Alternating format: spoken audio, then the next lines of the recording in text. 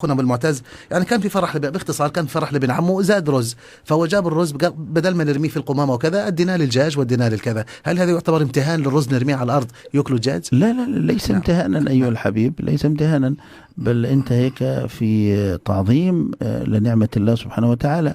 واحفظوا يا أحبابنا عني هذا الحديث، كان النبي صلى الله عليه وسلم يعظم النعمة وإن دقت، فاللي بيحفظ نعم الله سبحانه وتعالى بيحفظها عليه. بعدين احنا ننصح الأخ أبو المعتز إذا في مجال تبعتها للأسر الفقيرة والمحتاجة بيكون أولى وأفضل، لأنه في بعض الأسر ممكن يمر عليها شهر وشهرين وثلاثة ما بتاكلش الرز أو مثلا بتاكلش اللحم. ممكن البعض من العيد للعيد، من عيد الأضحى لعيد الأضحى بيأكل اللحم. أما إن لم تجد وشعرت أن الرز مش مناسب ترسله لأحد، فلا بأس أن تطعمه للطيور والدجاج والديكة اللي عندك. تمام.